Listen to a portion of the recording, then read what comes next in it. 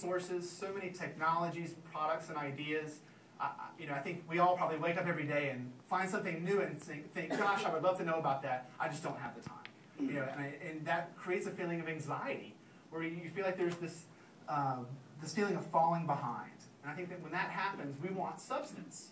We want somebody that can just make it easy for us. Just tell us what it is. I don't care about the fancy music and the cool graphics. Just make it simple for me to solve a problem. And I think that that's one of those functions of media that I mentioned before that's really important, is being able to solve a problem for someone using media and provide some relief to them. And the way to do that is, when I talk about explanation, I describe explanation as a way to package ideas. And I think the tighter the package, the better. And I want to talk about a podcast.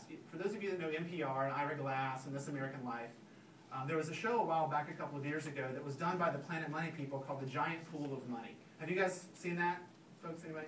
Anyway, it really deconstructed the financial crisis in terms for everyday people.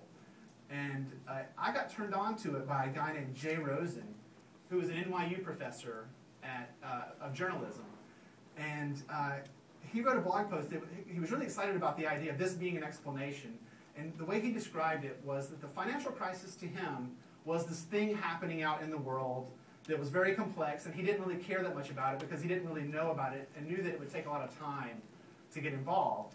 But this podcast, The Giant Pool of Money, which was just one episode, turned a light bulb in his head. And what he said was that one podcast made him a customer of that information. It built a foundation for him so that he was interested in that, so that the next piece of news that came out, he was interested. He wanted to go find out more about it because he could apply it to what he already knew. And it was that package of ideas in that one podcast that did it. And I think that's what we're all wanting. We want to create demand for the information that we're trying to put into the world. So how do we do that? It's not that easy. Like, it's not easy to take a lot of complex things and turn it into that package, especially in sort of a Twitter-based world where if you can't say it in 140 characters,